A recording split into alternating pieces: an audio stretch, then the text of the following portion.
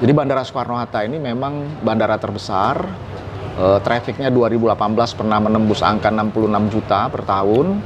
Dan kemudian 2020-2021 kita terhantam pandemi. Tapi alhamdulillah masyarakat sudah 2 tahun tidak mudik, tidak pulang kampung kan. Tapi setelah itu pemerintah juga memberikan atensi juga bahwa konsep gas dan rem itu tetap harus memang menjadi satu rujukan. Jadi domestik dan internasionalnya sama-sama cepat. Kemungkinan Indonesia di semester 2 2023 sudah bisa masuk ke fase recovery secara penuh. Nah ini doa kita pandemi segera berakhir dan juga tadi kita tetap patuh dengan standar operating procedure. Sampai hari ini kami merasakan sesuatu yang buat kami itu adalah kondisi yang kita belajar banyak dari situasi itu.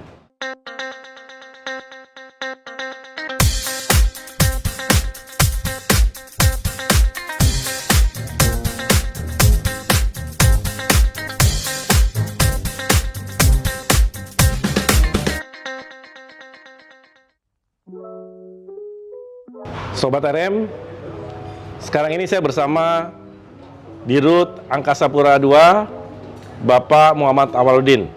Apa kabar Pak Awal? Kabar baik Mas Kiki. Saya panggil Mas aja Mas. Siap.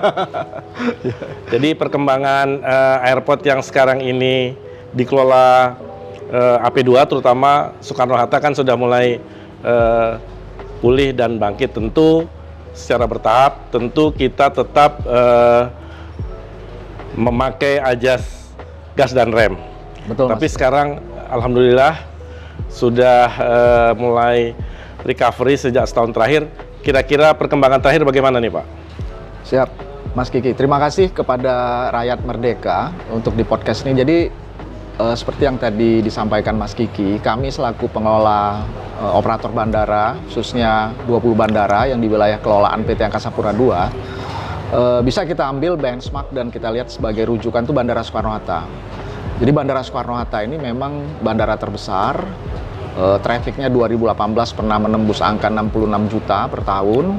Dan kemudian 2020-2021 kita terhantam pandemi. Tapi alhamdulillah, karena memang spirit dari Kementerian BUMN, Kementerian Perhubungan, dan juga seluruh jajaran Angkasa Pura II tetap berkomitmen bagaimana transportasi udara ini harus dijaga dengan kualitas pelayanan yang harus tetap baik.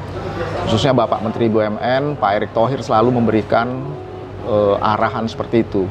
Bahwa di tengah pandemi, kuncinya adalah melakukan berbagai inovasi, berbagai terobosan, berbagai hal-hal yang bisa tetap memberikan kenyamanan terhadap pelayan. Karena kami ada di industri pelayanan publik, khususnya pelayanan publik transportasi udara.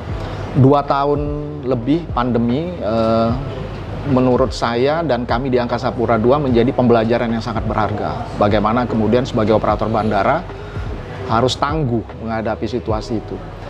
2 tahun kami dalam situasi bisnis survival. Bagaimana kemudian konsep survival itu dibuat dalam berbagai program-program, baik program aksi maupun program strategis korporasi. Jadi kalau kita lihat sekarang, khususnya di Bandara Soekarno-Hatta saja, average dari recovery rate kita itu harian udah di atas 80%, persisnya 82%. Jadi kalau kita melihat bagaimana sisanya yang kurang lebih 18%, kita berharap doa kita selalu sama ya Mas, bahwa pandemi ini segera berakhir, sehingga nanti kita bisa pulih kembali 100%. Tapi angka 82% itu jauh di atas rata-rata angka industri. Jadi kalau ICAO berdasarkan report Juninya 2022 ini, itu di kawasan Asia Pasifik average dari recovery rate bandara-bandara di kawasan Asia Pasifik baru sekitar 60-61%. Mereka memprediksi sampai akhir tahun itu di angka sekitar 62-63%. Kami sendiri sudah menghitung dengan pola yang sama, recovery rate kita untuk 20 bandara di Angkasa Pura II di akhir tahun mendekati sekitar 66-67%. Artinya kita 5-6% bisa di atas above industry average. Nah ini memang tidak terlepas dari dukungan stakeholder utama kami seperti maskapai, kemudian Airnav Indonesia, kemudian juga dukungan dari Satgas Penanganan COVID nasional. Bapak-bapak kita di TNI Polri yang juga sangat atensi, memberikan satu perhatian penuh di dalam pengawalan bersama di bandara. Dan regulator Kementerian Perhubungan dan juga pemegang saham kami Kementerian BUMN. Jadi ini satu hal yang menurut saya kebijakan yang diterapkan oleh pemerintah dan juga arahan langsung Bapak Presiden yang seperti tadi Mas Kiki bilang, bagaimana kemudian memainkan fungsi dan peran gas dan rem ini selalu dalam situasi yang memang sangat dinamis. Jadi kami sendiri menyikapi itu, Mas. Dan berbagai pola operasi pelayanan kita di bandara juga kemudian kita mengikuti pola itu. Jadi contoh hari ini kita sedang melaksanakan juga surat edaran Menteri Perhubungan nomor 7172 yang mungkin sebelumnya pada saat mungkin Mas Kiki mengikuti ya waktu situasi Idul Fitri itu agak sedikit dilonggarin karena masyarakat sudah 2 tahun tidak mudik, tidak pulang kampung kan. Tapi setelah itu pemerintah juga memberikan atensi juga bahwa konsep gas dan rem itu tetap harus memang menjadi satu rujukan dan menurut saya sangat saintifik dan juga sangat implementatif. Karena apa? Karena memang faktanya memang kita harus melakukan itu. Dan pihak Angkasa Pura tentu juga berterima kasih kepada masyarakat yang selama ini ketika berada di bandara selalu patuh menerapkan protokol kesehatan secara ketat. Betul. Artinya tetap pakai masker, tetap seperti sudah menjadi suatu kebiasaan yang baik. Betul. Jadi kami juga menyediakan fasilitas sanitasi untuk kemudian melakukan cuci tangan melalui hand sanitizer, menghimbau dan mensyaratkan harus pakai masker, terus physical distancing itu diupayakan. Jadi walaupun sekarang bandara sudah ramai, tapi masyarakat melakukan secara mandiri. Bagaimana kemudian hal yang sudah menjadi kebiasaan mungkin hampir 2 tahun, pakai masker dan lain sebagainya itu alhamdulillah tidak ditinggalkan oleh masyarakat. Kami juga sangat bersyukur karena partisipasi dari banyak pihak terhadap situasi itu semuanya mendukung. Jadi kami juga lebih mudah, kemudian juga lebih banyak melakukan berbagai inovasi juga untuk kemudian menyediakan fasilitas-fasilitas layanan untuk mendukung penerbangan. Kami juga berterima kasih tidak hanya kepada masyarakat tapi juga kepada maskapai yang juga menyediakan fasilitas untuk penerbangannya yang dimana masyarakat akhirnya bisa melakukan banyak perjalanan menggunakan transportasi udara di samping moda-moda transportasi lain yang sudah sangat aktif saat ini seperti jalan tol yang sudah mulai ramai, penyeberangan dengan kapal feri, ASDP, PLNI, kapal laut juga sudah mulai tinggi gitu, Mas. Ya. Bandara-bandara mana saja nih yang sekarang sudah terjadi percepatan recovery-nya? Ya. Jadi kalau kita lihat situasi saat ini, bandara yang memang recovery rate-nya paling tinggi adalah Soekarno-Hatta. Pada saat Idul Fitri kemarin, recovery rate-nya mencapai 87%. Dan hari ini Bandara Soekarno-Hatta itu average-nya kurang lebih 80 ya, sampai 82-83% harian itu rata-rata kurang lebih seperti itu. Kalau dalam situasi normal yang disebut dengan recovery rate itu, Bandara Soekarno-Hatta itu tidak kurang 1.150 sampai 1.200 take off dan landing setiap hari. Jadi artinya kalau kita bicara recovery rate 80%, 87%, artinya terhadap kondisi normal 2019 seperti itu. Nah, bandara di Angkasa Pura II yang juga cukup terjadi peningkatan yang signifikan. Yang kedua adalah Bandara Kuala Namu. Dan kebetulan dua-duanya adalah memang menjadi hub internasional. Dan di samping itu bandara yang juga dengan recovery rate yang sudah cukup bagus adalah Pekanbaru dan kemudian Palembang, kemudian Padang. Jadi 5 bandara ini yang sekarang mendominasi pergerakan traffic di Angkasa Pura II. Jadi domestik dan internasionalnya sama-sama cepat tumbuhnya. Ya, betul. Jadi kalau kita ambil contoh internasional yang sangat kentara itu di Soekarno-Hatta. Jadi dalam situasi normal, Soekarno-Hatta itu proporsi traffic internasionalnya itu 22-23%. Kemudian kalau domestiknya berarti di angka 78-77% kurang lebih seperti itu. Nah sekarang dengan recovery rate yang sudah mulai membaik tadi, Soekarno-Hatta itu internasionalnya masih di angka 15-16%. Jadi masih ada gap sekitar 6-7% untuk internasional. Karena memang faktanya kan penerbangan internasional masih ada pembatasan di border internasionalnya. Jadi memang itu regulasi pemerintah, baik di negara kita maupun negara tujuan, negara lain. Jadi memang kita menyadari situasi itu tidak mudah karena situasi ini membuat kita harus lebih juga proaktif terhadap peraturan-peraturan dan regulasi yang diterapkan baik pemerintah Indonesia sendiri maupun di negara tujuan. Nah, domestik sendiri kita nggak punya isu karena domestik ini dari dulu memang sudah cukup besar, Mas. Jadi kalau proporsi 78% atau 77% itu menurut saya memang sekarang jadi membesar karena internasionalnya turun. Jadi kurang lebih sekarang proporsi domestik kita itu di angka 85 sampai 86%. Jadi perbandingan seperti itu. Nah, ini hanya tinggal periode waktu recovery-nya saja.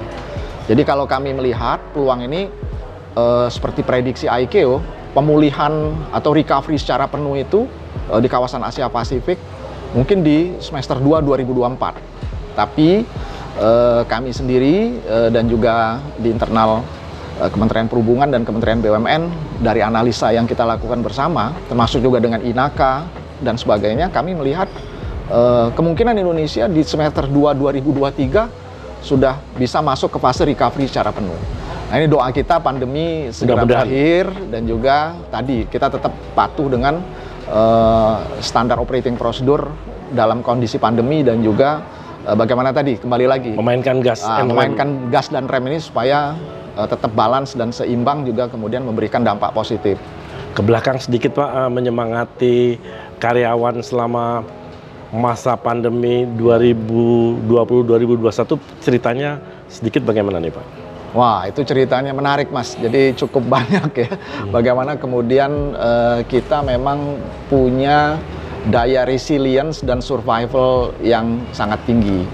Jadi program kita yang kita lakukan di periode 2020 pada saat kita menghadapi pertama sekali pandemi itu, kami membuat beberapa program utama. Satu itu adalah cost leadership. Jadi bagaimana kemudian upaya pembatasan biaya, karena kan operasi bandara ini kan sangat didominasi dengan biaya tetap, fixed cost gitu ya. Jadi biaya tetap, fixed cost di infrastruktur, di fasilitas, gedung, orang dan sebagainya. Kami kemudian melakukan penataan itu secara cepat. Terus yang kedua, bagaimana kemudian fokus kita itu adalah di cash flow yang memang kemudian ini menjadi sebuah urat nadi dari sebuah korporasi. Jadi kita betul-betul dalam situasi prihatin pada saat itu ya, traffic turun drastis, bandara begitu sepi, penerbangan juga sangat terbatas, dan kami memang harus maintain cash flow yang kemudian kita lakukan dengan sangat luar biasa ketatnya. Dan yang ketiga memang Angkasa Pura II ini kan bertahun-tahun memang dia juga sebagai operator bandara yang juga menyediakan infrastruktur. Kami juga membangun banyak bandara, kami juga merevitalisasi banyak bandara. Kami juga melakukan pemeliharaan dan upgrade fasilitas di banyak bandara. Nah, ini yang kemudian kami sudah mulai membatasi itu. Jadi situasinya tidak lagi dalam kondisi investment mode. Jadi kita memang fokus bagaimana kemudian aspek di CAPEX, di capital expenditure itu sesuatu yang memang menjadi hal yang sangat prioritis. Buat kami capital expenditure hari ini adalah CAPEX yang dalam konteksnya untuk safety. Jadi safety penerbangan, security penerbangan itu buat kami is a must, kita nggak bisa tawar itu. Tapi kalau yang untuk yang aspek yang lain, termasuk supporting facilities dan lainnya, kami harus lebih sangat ketat. Nah, oleh karena itu, saya bersyukur kepada teman-teman saya, tim saya, karyawan-karyawan Angkasa Pura II, yang memang kita bisa survive gitu ya. Jadi dulu di awal pandemi saya ingat di internal kita ada tagar, Mas. Tagarnya itu adalah selamat dulu gitu ya. Jadi selamat dulu tuh artinya memang harus selamat dulu karena kita yang memang selamat dalam artian kita menjaga kesehatan, menjaga tidak terpapar COVID. Karena kita melayani ribuan orang kan setiap hari. Kita memang butuh ya harus sehat. Kita nggak mungkin sakit melayani atau menyebarkan virus kan. Nah, di satu sisi yang lain korporasi kita juga harus bisa establish, tetap going concern terhadap kondisi yang memang dituntut untuk pelayanan publik tadi. Jadi suka dukanya banyak, jadi artinya dalam situasi yang memang bandara ramai dan kemudian tiba-tiba menjadi sepi, dan bagaimana kemudian pola operasi kita dengan secara dinamis kita rubah luar biasa, berbeda sekali. Dan sampai hari ini kami merasakan sesuatu yang buat kami itu adalah kondisi yang kita belajar banyak dari situasi itu. Dan syukur alhamdulillah, mudah-mudahan kita masih bisa masuk dalam situasi yang lebih baik sekarang. Jadi dengan belajar dari pengalaman kemarin. Pelajaran kemarin yang bisa jadi pelajaran untuk ke depan, artinya dalam situasi sulit tetap melayani penumpang dan maskapai dengan baik, dan tetap mengutamakan faktor safety dan security. Ya, betul. Dan jadi di transportasi udara itu 3S-nya sangat dominan, Mas. 3S itu adalah safety, security, dan services through compliance. Jadi aspek regulasi sangat ketat. Karena ini kan ada kaitannya dengan keselamatan manusia ya, untuk penerbangan yang menggunakan transportasi udara. Jadi artinya tetap dijaga dalam kualitas yang sangat tinggi. Harus ya. Tentu ini memang masyarakat tetap kepuasannya tetap tinggi terhadap bandara-bandara yang ada di Angkasa Pura II. Ya, jadi sekali lagi terima kasih, dan kita berdoa semoga ke depan ini pandemi terus melandai dan kita masuk ke era endemi, dan Angkasa Pura II tumbuh makin cepat, tumbuh makin sehat, artinya pulih lebih cepat, bangkit lebih kuat. Amin. Terima kasih, Terima kasih, Mas. Para sobat RM, demikian bincang-bincang kita dengan Dirut Angkasa Pura II, Bapak Muhammad Amaluddin. Semoga bisa mencerahkan kita semua, dan semoga bisa lebih memahami apa yang terjadi di dunia penerbangan, khususnya Angkasa Pura II. Terima kasih. Wassalamualaikum warahmatullahi wabarakatuh. Salam sehat. Waalaikumsalam warahmatullahi wabarakatuh.